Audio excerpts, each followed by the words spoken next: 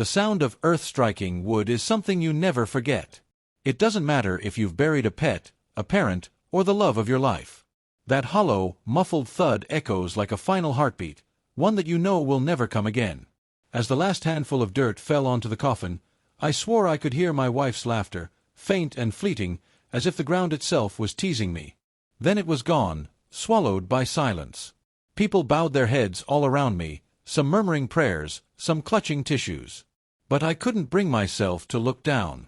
My eyes locked on the polished mahogany coffin resting 6 feet beneath us, and the nameplate that gleamed in the weak September light, Eleanor Whitmore. Beloved wife, mother, and friend. ***.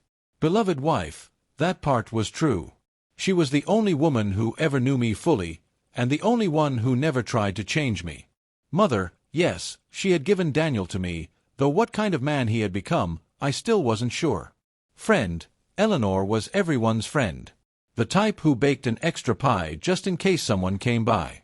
The type who remembered birthdays that even the family forgot. She was warmth in human form, and now she was beneath the cold earth. I'm Caleb Whitmore, 69 years old, born in a small town in Ohio but a long-time resident of Michigan. A carpenter by trade, I spent decades building homes for other people, hammering nails and sanding wood long after my body began to ache. My hands are calloused, my back bent, but I always took pride in my work. Eleanor used to say I never just built walls, I built shelters, places where families could feel safe. That was her way of reminding me I gave more than I realized. But as I stood there, watching her coffin disappear, I didn't feel like a builder. I felt like a ruin. Daniel, my only son, stood beside me. He was 40, tall and broad-shouldered, but the softness around his eyes that Eleanor used to kiss goodnight was long gone. His wife, Marissa, clung to his arm, dressed in a sleek black dress that looked more like an evening gown than morning attire. Her makeup was flawless, not a single tear smeared her face. I tried not to judge, but something about her composure made me shiver. She looked less like a grieving daughter-in-law and more like someone waiting for the reading of a will. After the prayers ended and the crowd thinned, I lingered. The pastor gave me a sympathetic squeeze on the shoulder before leaving. Daniel shifted impatiently, muttering something about traffic and dinner reservations. But I couldn't move. My legs felt nailed to the damp grass. That's when a man in a gray suit approached. He was Eleanor's lawyer, a quiet, thoughtful man named Mr. Harlan. He slipped a thick envelope into my hands, his eyes soft but serious. "She wanted you to have this privately," he whispered. I nodded, unable to speak, and tucked it into my coat pocket. I didn't dare open it there, not with Daniel and Marissa hovering like vultures. Later that night, I sat alone in the living room, the silence pressing on me like a weight. The house smelled faintly of Eleanor's lavender soap, though I knew the scent would fade with time. On the mantel, her framed photograph smiled at me, Eleanor at 25, hair curled just so, eyes full of mischief. I poured myself a small glass of bourbon, my hands trembling, and tore the envelope open. Inside was a letter, written in her neat, looping handwriting, and several official documents. I unfolded the letter first. "My dearest Caleb," it began. I read slowly, savoring every word as if it might be the last I'd ever hear from her. She wrote about love, about how she trusted me to carry on, about how she knew life would be harder without her but begged me not to give up. She reminded me of promises we made when we were young, that neither of us would ever let the other feel abandoned. She had kept her promise, even in death. Then came the part that stopped my heart.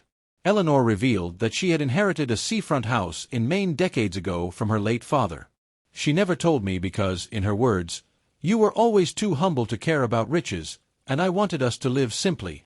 She wrote that she finally decided to put it in her will, in case something happened to her. She included the deed and an appraisal, $5,000,000,000. I nearly dropped the glass. $5 million. More money than I had ever earned in my entire life. More money than I even knew what to do with. But it wasn't just money. It was security. It was freedom. It was a shield. Because deep down, I knew something Eleanor had sensed as well. Daniel was no longer the boy I had raised, and Marissa, well, she had always looked at me as though I were a burden. Eleanor must have feared what would happen to me if I were left at their mercy.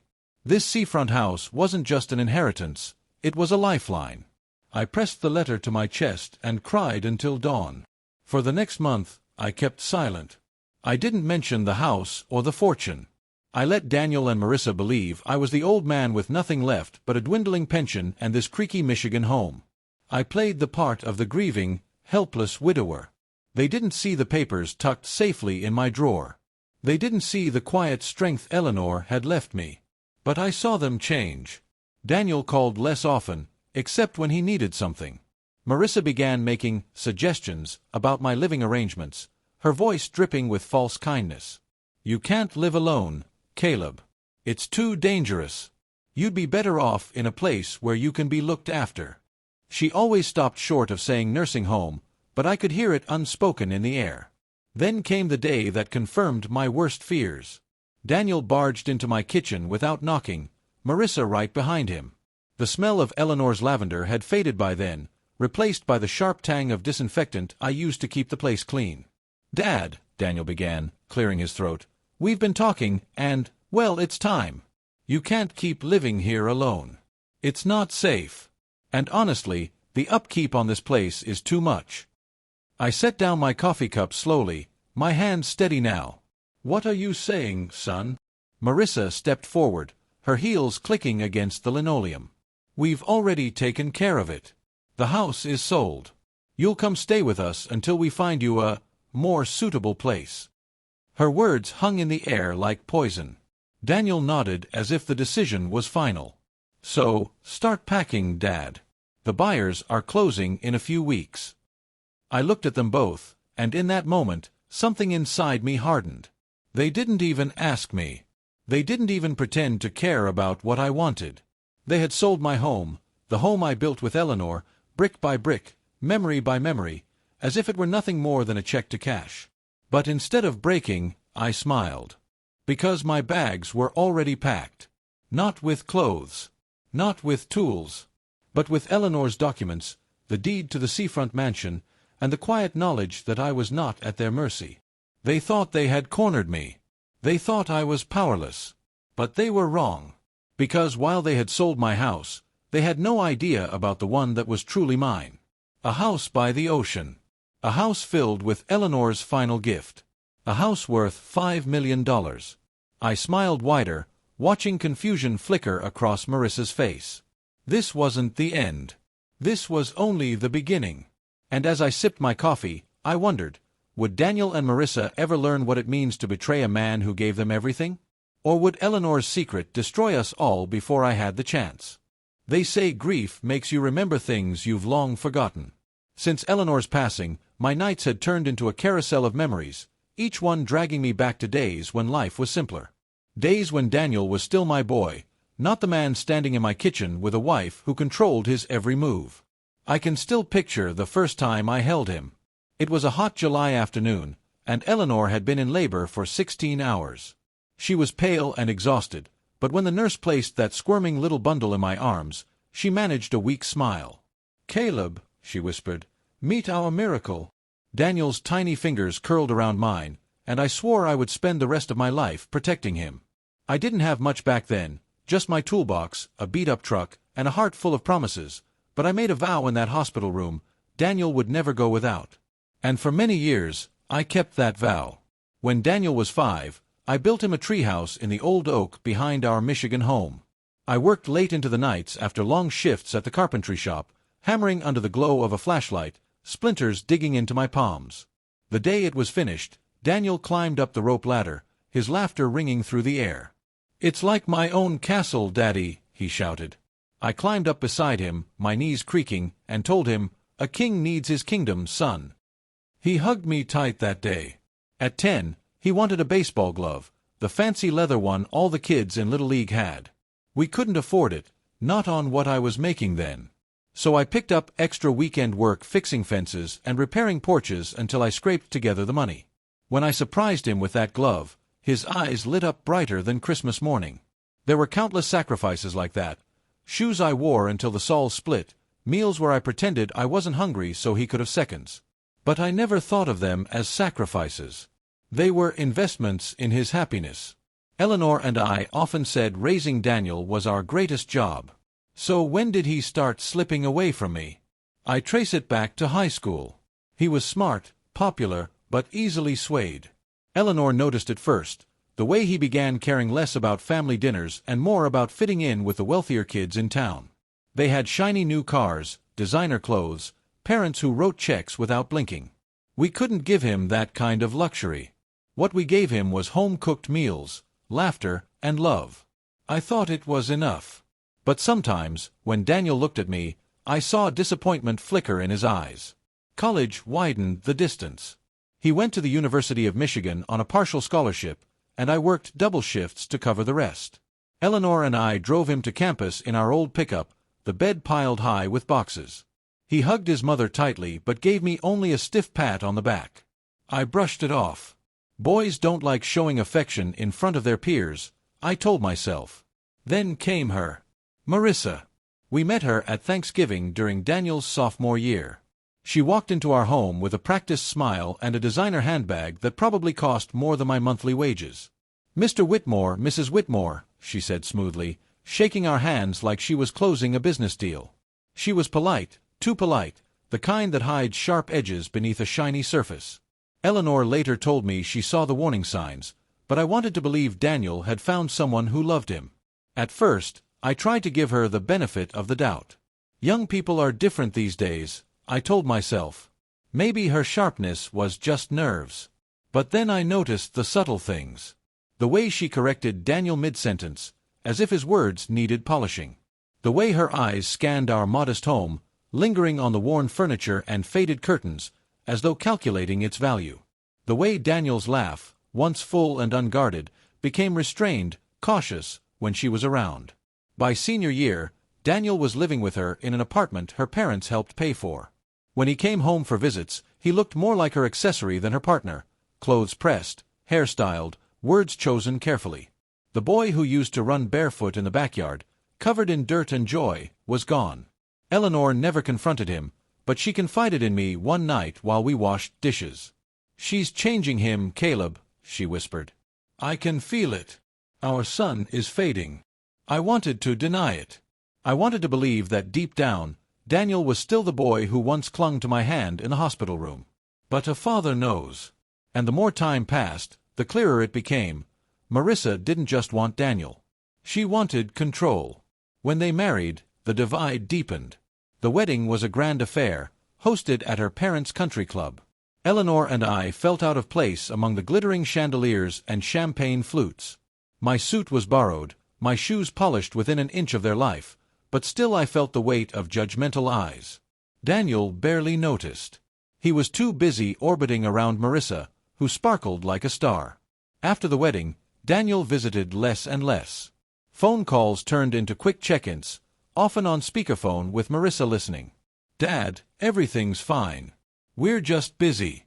Work's been crazy. Always rushed. Always distracted." Then came the small humiliations. Invitations to family events, lost in the mail. Conversations where Marissa would cut me off with a smile that didn't reach her eyes. "Oh, Caleb, you wouldn't understand." Eleanor tried to keep the peace. She reminded me that Daniel was an adult now, making his own choices. But late at night, when we lay in bed, she admitted her heart ached just as much as mine. I began to see Marissa's influence in everything. Daniel stopped calling me for advice on repairs or car troubles. He hired professionals instead, repeating her mantra, "Why bother when you can pay someone to do it?" The values Eleanor and I had instilled, hard work, humility, gratitude, seemed to vanish from him. I kept telling myself things would change. That once they had children, Daniel would remember what family meant. That he would come back to us. But the years rolled on and the gap widened. Eleanor passed before she ever got to hold a grandchild. And now, standing in my kitchen, Daniel was a stranger. His voice was calm but firm, rehearsed, like he was reading a script Marissa had written for him. "Dad, it's time. Start packing. The house is sold." The boy I had once carried on my shoulders at the county fair now looked at me as if I were just another problem to solve. But here's the thing about fathers. We may age, we may bend, but we don't break as easily as people think. Daniel thought he was taking everything from me. He didn't know I had already packed my bags. He didn't know Eleanor had left me a secret more powerful than all their schemes. As he stood there, waiting for me to crumble, I smiled. For the first time in years, I felt something stirring inside me. Not grief, not anger, but resolve. Eleanor had trusted me with this secret for a reason. She believed I would know what to do. And I would. I would protect her gift. I would honor her memory. And maybe, just maybe, I would teach my son a lesson he'd never forget. Because the truth was simple. The house they had sold wasn't the one I was moving into. Theirs was a cruel eviction. Mine would be a quiet escape. But deep inside, I knew this was only the beginning. The morning after Daniel and Marissa announced that my house had been sold, I woke earlier than usual. The sun had only just begun to rise, and its pale light slanted across the wooden floorboards I had sanded by hand 40 years ago. Normally, that sight filled me with pride. But now I looked at it differently. Every board, every nail, every corner of this home carried pieces of Eleanor. And soon, strangers would walk these halls as though our lives here had never existed. I made myself coffee, black and bitter, and sat at the small kitchen table. Daniel's words echoed in my head. Asterisk, start packing, Dad. The house is sold. Asterisk. Sold. As if it belonged to him. As if I hadn't spent half a century working to pay for it. As if memories could be erased with a pen stroke and a signature. I took a slow sip and reminded myself, they didn't know everything. They didn't know about Maine. That thought was my anchor. It kept me steady. I went to the bedroom Eleanor and I once shared. Her dresser still smelled faintly of lavender sachets, though she had been gone a month. I opened the top drawer where I had hidden the envelope from Mr. Harlan. The documents were still there, the deed to the Seafront house, the appraisal, and Eleanor's letter. I read the letter again, my hands shaking less this time. My dearest Caleb, she had written, I know our Daniel has drifted.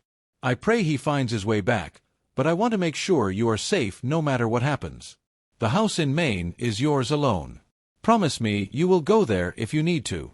Promise me you will live, not just survive. Live. That word struck me. Since the funeral, I hadn't felt alive at all. I had been drifting, waiting for Daniel's approval, waiting for some scrap of kindness from Marissa. But Eleanor's voice, even in ink, reminded me I wasn't helpless.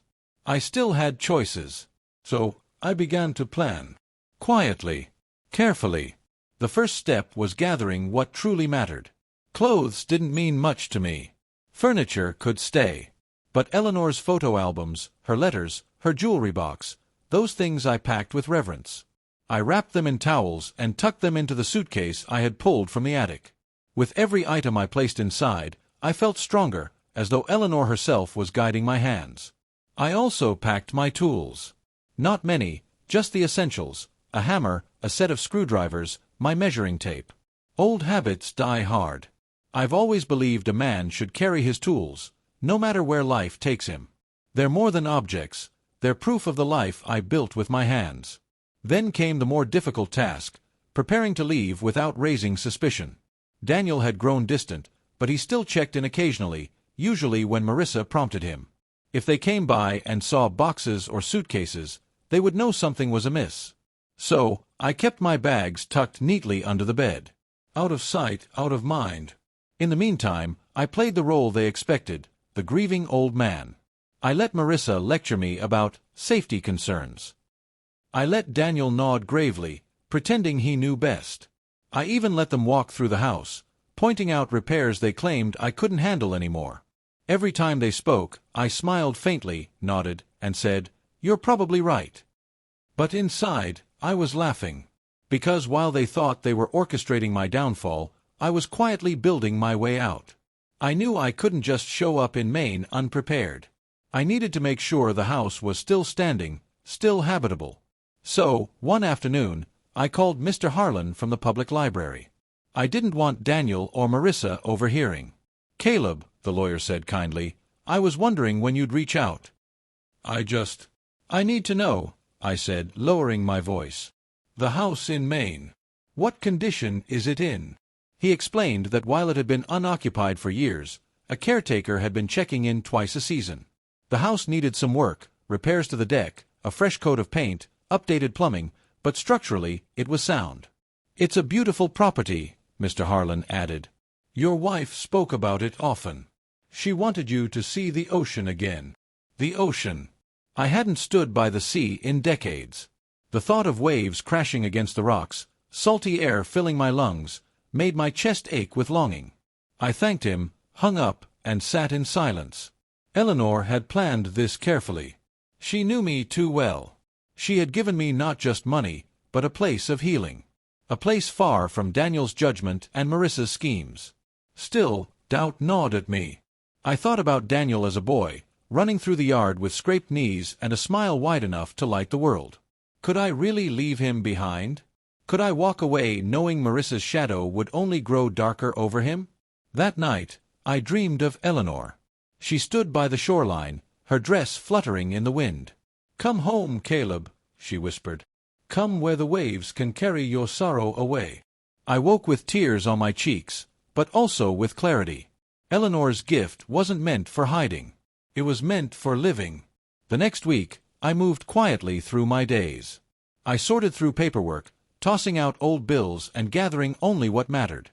I canceled magazine subscriptions, sold small tools I no longer needed, and deposited the cash in a separate account Marissa didn't know about. Each step felt like a brick laid on the path toward freedom. Daniel dropped by once during that time, Marissa glued to his side. They brought takeout and spoke in hushed tones about retirement communities. Marissa leaned across the table, her smile sharp. "Caleb, we just want what's best for you. There's a wonderful place not far from us. They have game nights, fitness classes, even a shuttle to the grocery store. Doesn't that sound nice?" I stirred my soup slowly. "It does sound safe," I replied. Her smile widened, satisfied. But inside, I was already miles away, standing on a cliff in Maine, breathing salt air. After they left, I laughed to myself. If they thought I was heading for bingo nights and shuttle buses, they were in for a surprise. By the end of the month, my preparations were complete. The suitcase under my bed was packed.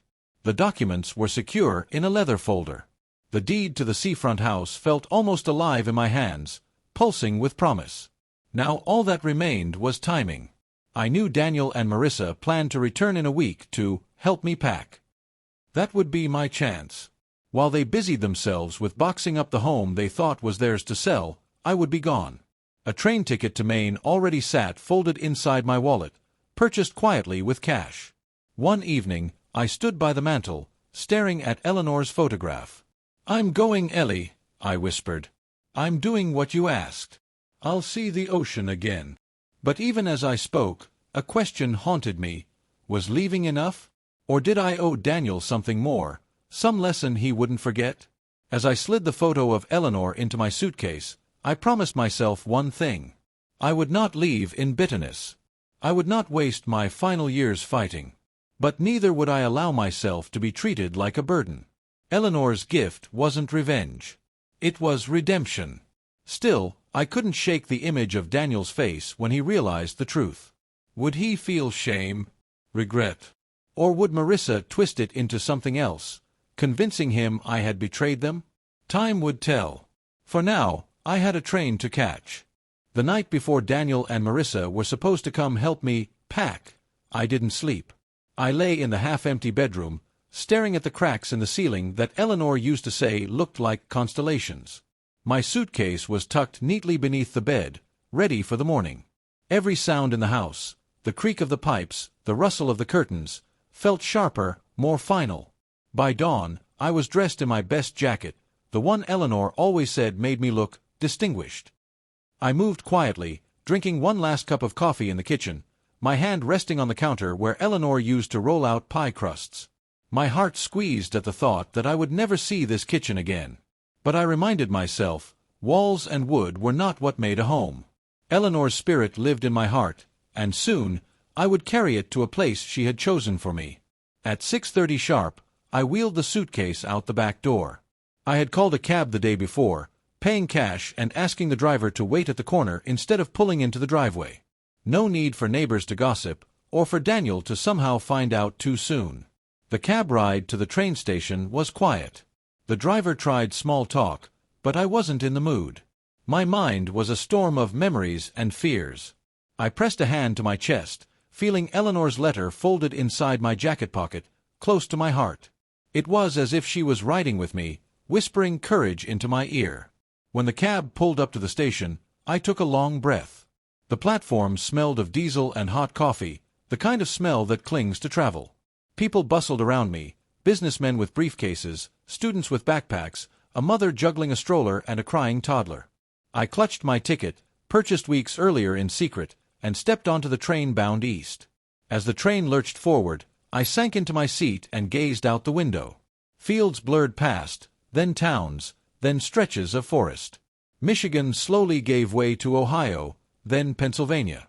The steady rhythm of the tracks soothed me, but my thoughts kept circling back to Daniel. What would he say when he came to the house the next day and found it empty? Would he panic? Would Marissa curse under her breath? Would they finally realize they had pushed too far? I imagined Daniel's voice, older now but still carrying traces of the boy I once knew. Dad? Where did you go? A pang of guilt cut through me. For all his flaws, he was still my son. I had promised to protect him the day he was born. But how do you protect a man who no longer sees you as his father, only as an obstacle? I closed my eyes and remembered a different train ride, decades ago. Daniel was 12. Eleanor had packed sandwiches in wax paper, and we rode the train to Chicago for his first baseball game. He had pressed his nose to the window, pointing at every passing landmark. "Someday I'm gonna live in a big city, Dad," he declared. I had smiled and told him he could live anywhere his heart wanted, as long as he remembered where home was. But somewhere along the line, he forgot. I opened my eyes to the present and forced myself to focus on the journey ahead. The train ride stretched on for hours, then days, weaving through states and landscapes. I ate simple meals from the cafe car, drank too much coffee, and scribbled thoughts in a small notebook Eleanor had given me years ago. Each word I wrote felt like I was speaking to her. "Ellie," I wrote, "I'm on my way. I hope the house is as you remembered it. I hope I can feel you there." On the second evening, as the train skirted the edge of New England, I caught my first glimpse of the ocean. Just a sliver between trees and buildings, but enough to make my chest tighten. The water shimmered in the fading light, endless and untamed. I pressed my forehead to the glass, whispering, "I'm coming." By the time we reached Maine, the air had changed. It smelled of salt and pine, sharp and clean. The station was small, almost sleepy, with fishermen unloading crates and locals greeting each other by name. I felt like a stranger, but also like I had stepped into a forgotten dream. A taxi took me the rest of the way. The road wound along the coastline, cliffs rising on one side, the Atlantic crashing on the other. My pulse quickened with every turn. Then, finally, the driver slowed. "There it is," he said, pointing. The house stood on a bluff, weathered but proud. 3 stories tall, white paint peeling in places, shutters faded by the salt air. A wide porch wrapped around the front, and beyond it, the ocean stretched endlessly. The waves pounded against the rocks below, as if announcing my arrival.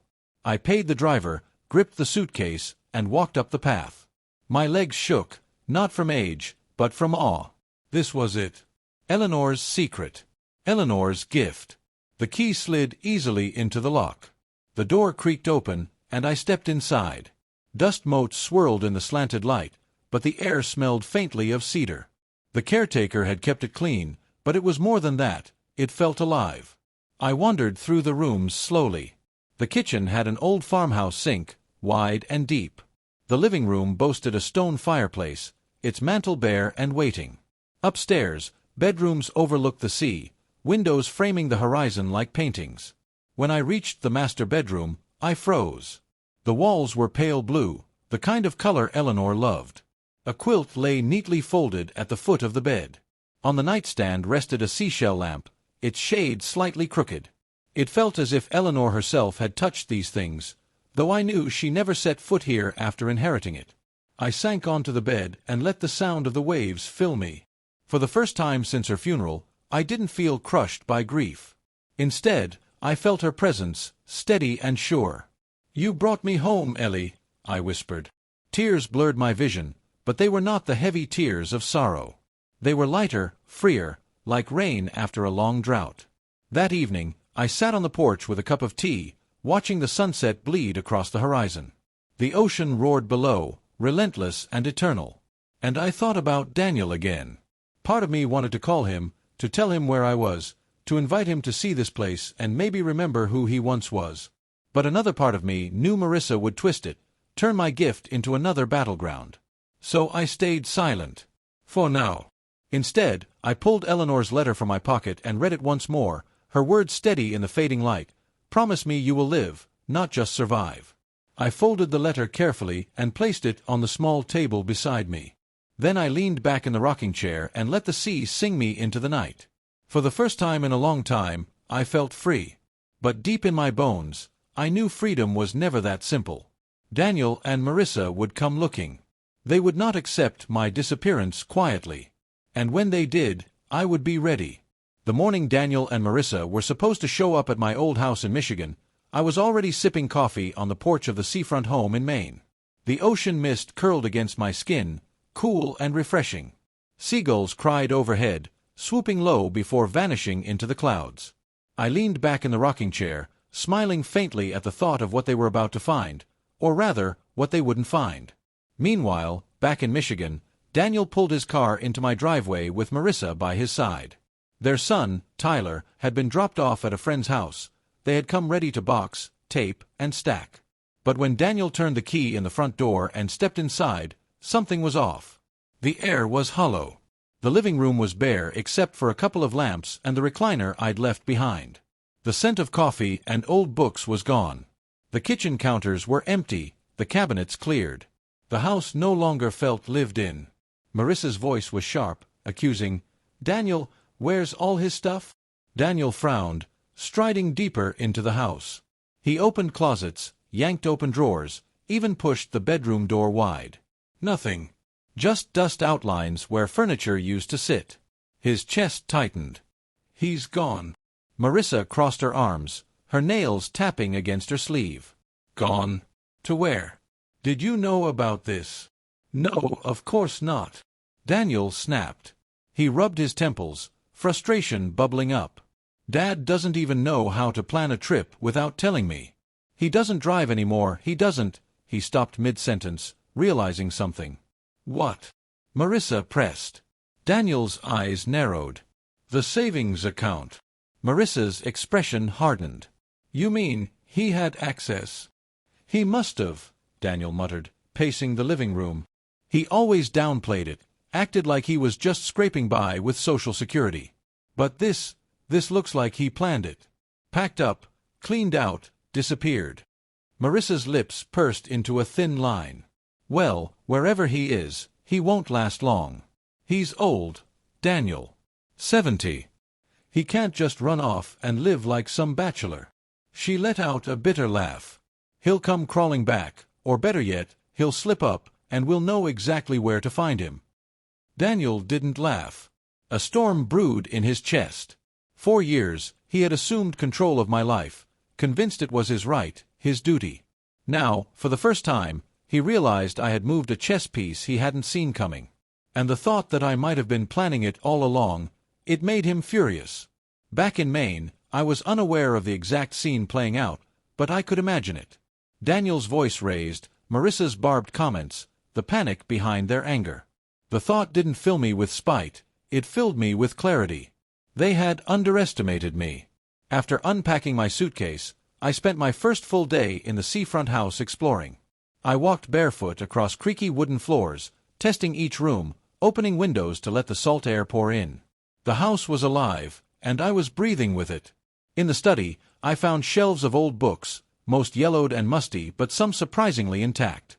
I chose one at random, a volume of Robert Frost poems, and carried it out to the porch. Reading his lines with the Atlantic crashing beneath me felt like stepping into another life. Later, I brewed tea in the kitchen and sat at the wide farmhouse table, staring out at the horizon. I imagined Eleanor sitting across from me, her hands wrapped around a mug, her smile calm and knowing. "You did this for me," I whispered into the quiet. You gave me one last chance to live, not just to exist. For the first time in months, I felt hunger. Real hunger. I cooked myself a small meal, pan-fried cod I'd picked up at the local market and some roasted vegetables. I ate every bite, savoring it, knowing Eleanor would have laughed to see me seasoning food properly for once. But the peace didn't erase the shadow of Daniel and Marissa. I knew they would be furious. I knew they would not simply shrug and move on. My disappearance was a wound to their pride, and people like them didn't heal gracefully. That night, as I sat by the fire, I let myself remember the years when Daniel was still mine. I remembered teaching him to ride a bike, his small hands gripping the handlebars, his voice shouting, "Don't let go, Dad!" I had let go anyway, and he had pedaled, wobbly at first but then steady, strong. His grin had lit up the entire block. When he graduated high school, I had worked extra shifts to buy him a used car, an old Ford that barely held together. He'd hugged me, tight, whispering, "Thanks, Dad. You're the best." Where had that boy gone? I didn't blame him entirely. Life hardens men. Marriage, bills, ambition, they twist us if we're not careful. But Marissa, she had sharpened his edges, convinced him that money was love and control was care. Somewhere along the way, my son became a stranger. As the fire crackled, I made a promise to myself. I would not be cruel. I would not seek revenge in the way they might expect. But I would not crawl back. Not ever. The next morning, I woke early and walked down to the beach. The tide had pulled back, leaving tidipools filled with crabs and shells.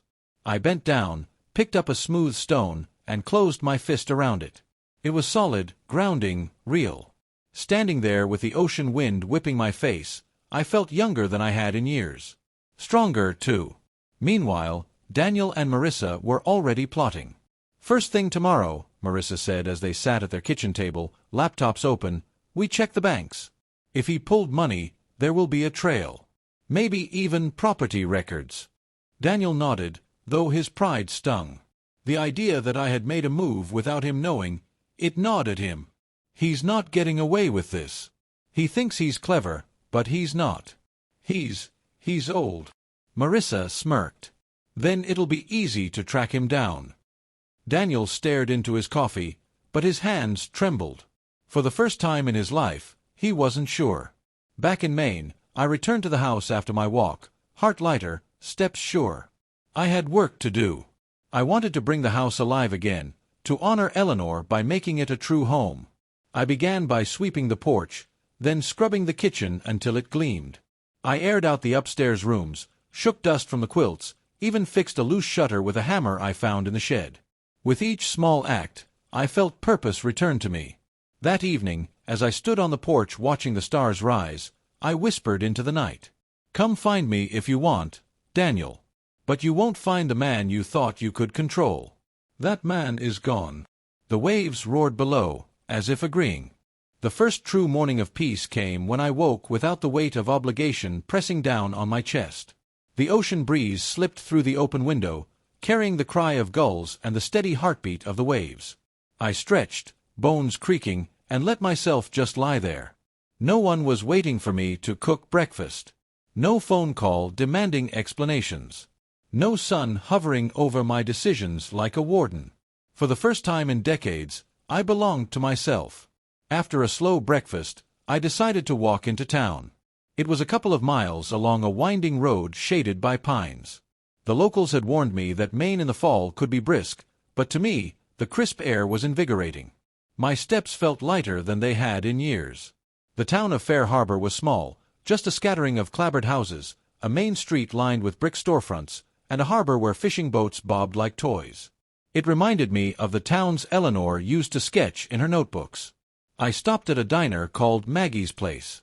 The bell over the door jingled as I stepped inside. The smell of bacon and coffee wrapped around me. A few locals glanced up, curious at the stranger, but their expressions softened when I nodded politely. A waitress with gray hair piled high on her head approached, notepad ready. "Morning, hon. Haven't seen you before." "First time," I said with a small smile. "Just moved to the old Davenport house by the cliffs." Her eyebrows lifted. "That place. Been empty for years." "Not anymore." She grinned. Well, welcome to Fair Harbor. Name's Maggie, same as the sign. Sit anywhere you like. I took a booth by the window, ordered eggs and toast, and found myself smiling at the simple rhythm of the place, the laughter at the counter, the scrape of forks, the hiss of the grill. It felt like a community that still knew each other by name, something Daniel's suburban world had long since forgotten. When Maggie brought my plate, she lingered. You're a brave one, taking on that house. Folks say it's sturdy, though. Solid bones. Sturdy suits me just fine, I said, lifting my fork. I'm looking to put down some roots. Her eyes softened. That's good to hear. By the time I left the diner, I felt lighter. I stopped at the hardware store for supplies, paintbrushes, nails, some sandpaper. The young clerk carried my bag to the door without me asking.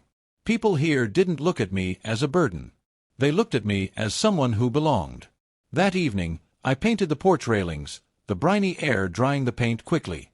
As the brush swept back and forth, I imagined Eleanor sitting beside me, humming while she read her novels. For the first time in months, the ache in my chest dulled. But while I was finding new life in Fair Harbor, Daniel and Marissa were unraveling in Michigan. Daniel sat at the kitchen table, his laptop open, frustration mounting. The bank records show withdrawals, but not enough to explain a move like this. He must have had another account. Marissa leaned over his shoulder, nails clicking on the table. Or property. Think. Daniel. Your father's been hiding something. No 70-year-old man just disappears like that. He's not clever enough. Daniel bristled, though he didn't argue. He remembered the emptiness of the house, the deliberate way things had been packed. It hadn't been a whim. His father had planned it. And that thought burned him. Marissa's voice sharpened. We need to find him. Whatever he's hiding, it belongs to you and Tyler. Not to some lonely old man who doesn't know what's good for himself. Daniel rubbed his temples. I'll check property records. Maine, maybe. He always liked the coast. Marissa smirked. Good. Then we'll smoke him out. Back in Maine, I had no idea they were already piecing the puzzle together. I was too busy building a new rhythm. The days grew into a pattern. Mornings at Maggie's, where the locals began greeting me by name. Afternoons spent fixing shutters, sanding old wood floors, planting small pots of herbs on the porch. Evenings by the fire, reading Frost or jotting in Eleanor's notebook. One afternoon, a boy from town, no older than 12, biked up the path. His cheeks were flushed from the ride. Mr. Davenport? He asked, shy but curious. I chuckled. Just call me Caleb. He held out a basket. My grandma said to bring you these. Inside were muffins, still warm. She said welcome to Fair Harbor. My throat tightened. Tell your grandma thank you, I said, taking the basket. And thank you too.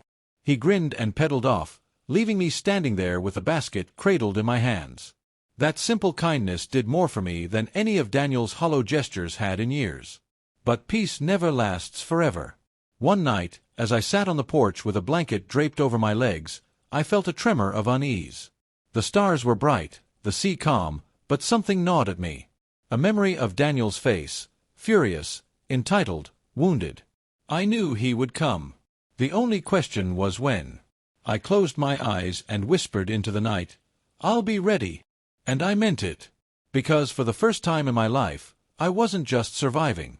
I was living. And I would fight to protect it. I knew the knock would come sooner or later.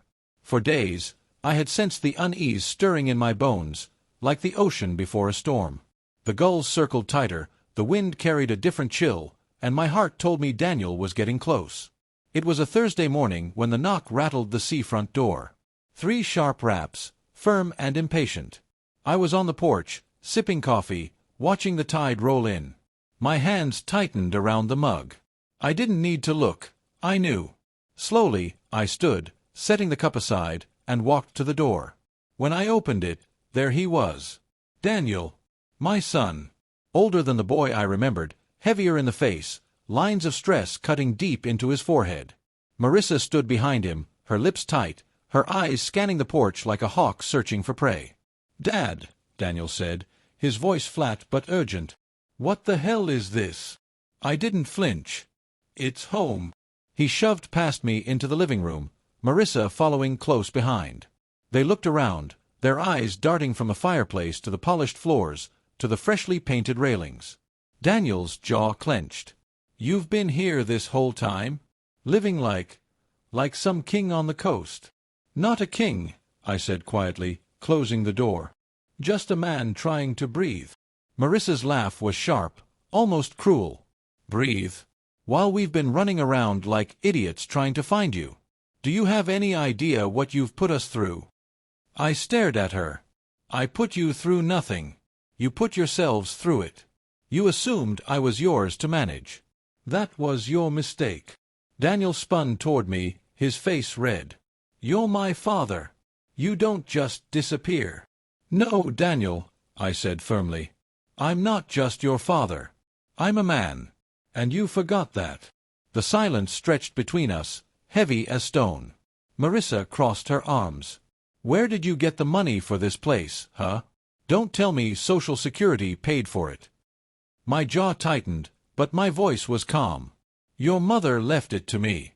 A gift. Something she never told you about." Daniel blinked, stunned. "Mom." I nodded. "She wanted me to live, not just survive. She knew what you were becoming. She knew what this marriage of yours was doing. And she wanted me free." For a moment, Daniel's anger faltered, his eyes flickering with something softer, grief, maybe, or confusion. But Marissa cut in, her words slicing through the air. "So she left you a fortune, and instead of sharing it with your family, you ran away to play house by the sea? Selfish old man." I turned to her, my voice sharper now. "Family? Is that what you call it? You've treated me like a burden, like a child who can't be trusted with his own life. That isn't family. That's control." Daniel's voice rose. "We were trying to help you. You think you can live out here alone at 70? What happens when you fall? When you can't cook? When you forget to take your medicine?" I stepped closer, meeting his eyes. "Then I'll deal with it. On my own terms. Not yours." His face crumpled, anger battling with something deeper. "Dad, you don't understand. We needed you. We needed this." There it was. The slip. The truth buried in his voice. "You needed the money," I said quietly. "Not me." The words hit like a hammer. Daniel's mouth opened, then closed. His shoulders sagged, just slightly. Marissa, however, didn't waver. She stepped forward, her voice icy. "You can't keep this from us. It's not right. Daniel's your son. Tyler is your grandson.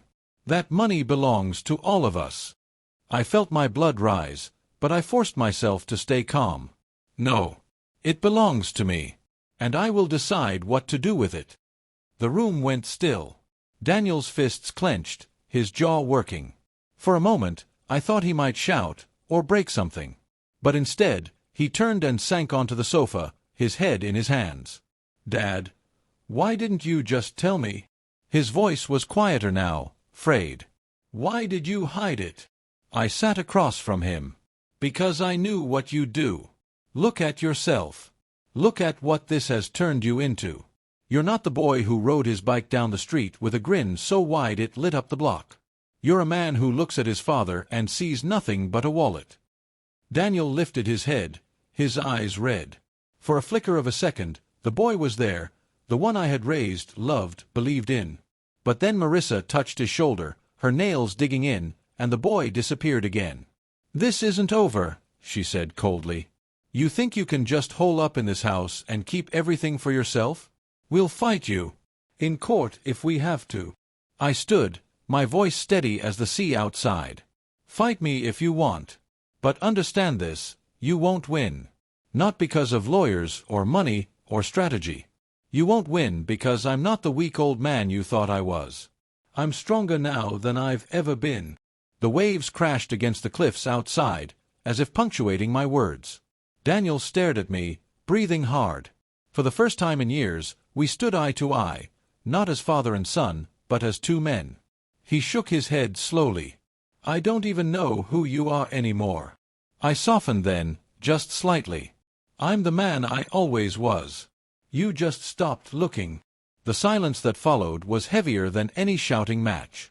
Marissa tugged Daniel toward the door, her face tight with rage. We're leaving. But this isn't finished. They stormed out, the door slamming behind them. Their car roared down the gravel path, swallowed by the trees.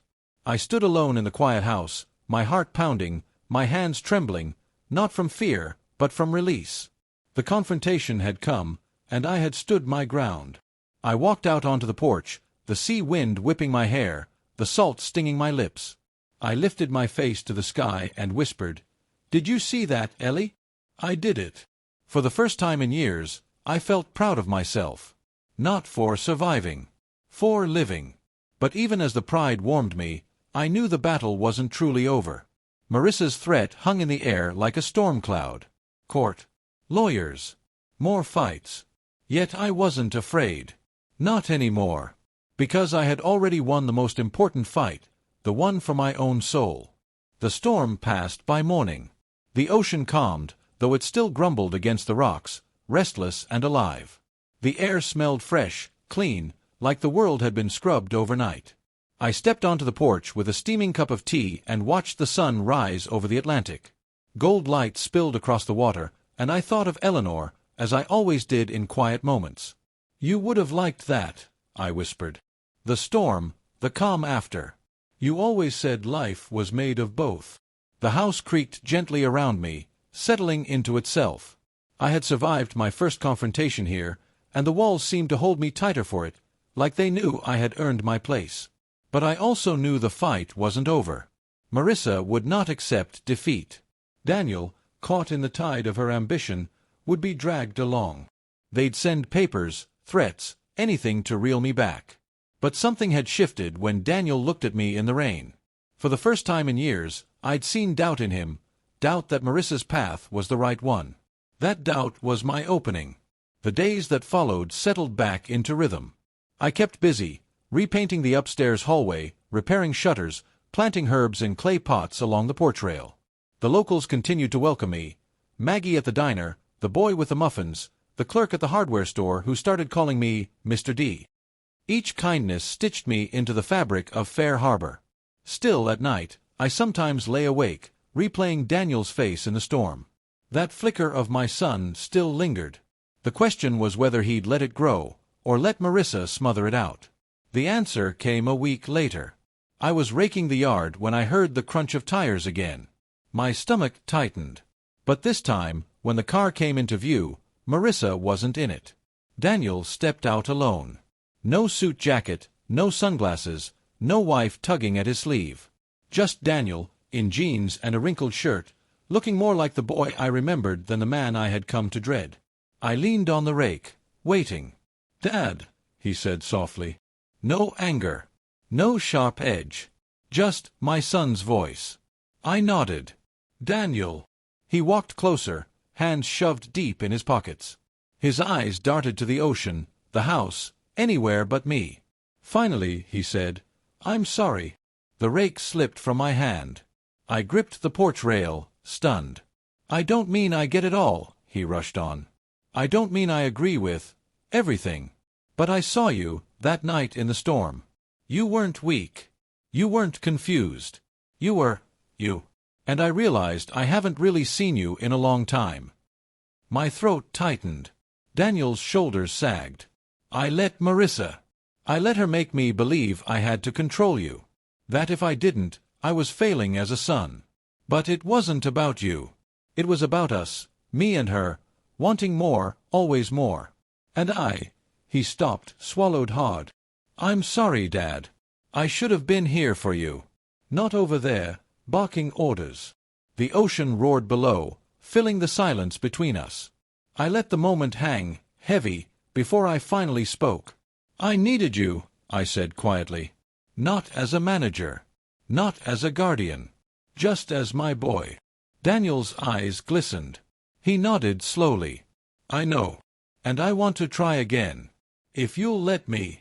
For a long moment, I just looked at him, the man he'd become, the boy he still was. Then I stepped forward and placed a hand on his shoulder. His skin was damp with sea mist, warm beneath. "Trying again," I said, "is all I ever wanted." He bowed his head, and for the first time in years, my son hugged me. Not out of duty, not out of guilt. Out of love. When he pulled back, I asked, "What about Marissa?" His jaw tightened. "She doesn't understand. Maybe she never will. But I can't keep letting her decide who I am. Or who you are." He took a deep breath. "It might cost me, Dad. But I'd rather lose her than lose you." My chest swelled with both sorrow and relief. Eleanor would have smiled to hear it. We spent the rest of the day together. I showed him the repairs I'd made, the herbs on the porch, the view from the upstairs window that stretched farther than the eye could follow. He listened, really listened, and for the first time in years, our words weren't sharp. They were soft, weaving us back together. As the sun sank into the horizon, painting the sky in streaks of orange and pink, Daniel and I sat on the porch steps. The air smelled of salt and pine. The waves rolled steady below. "Mom would have liked it here," Daniel murmured. "She would have loved it," I said. "She always wanted the sea." We sat in silence, the kind that feels whole, not empty. When Daniel finally left, he hugged me again, whispering, "I'll come back soon. This time for the right reasons." I watched his car disappear down the road, and for the first time in years, hope didn't feel like a fool's game. That night, I lit a fire in the stone hearth. I pulled out Eleanor's letter, smoothing the creases. Her words glowed in the flickering light. "Promise me you will live, not just survive." I smiled through tears. "I kept my promise, Ellie. And maybe I helped our boy keep his too." The fire popped, sparks rising like stars. Outside, the ocean whispered against the rocks, eternal and patient. Inside, I sat in the seafront house, the gift Eleanor had left me, the home Daniel now respected, the place where I found myself again. For the first time since the funeral, I felt complete. Not because I had won, not because I had held on to money or property, but because I had held on to myself. And in the quiet, I realized that was the last gift Eleanor had given me. Not the house, not the money, though those helped. The gift was strength. The gift was freedom. The gift was the courage to stand tall and remind my son who his father truly was. The sea roared, the fire glowed, and I whispered into the night, "Thank you." Because in the end, I hadn't just survived. I had lived. Did you like my story? And which city are you listening from? Let's meet in the comments. If you like the story, you can support me by sending a super thanks so I can keep bringing more stories like this. Thank you so much for your sweet support. I'm looking forward to your comments on the story. On the screen, you can see 2 new life stories that I highly recommend. There's so much more on my channel. Don't forget to subscribe. See you in the next life story.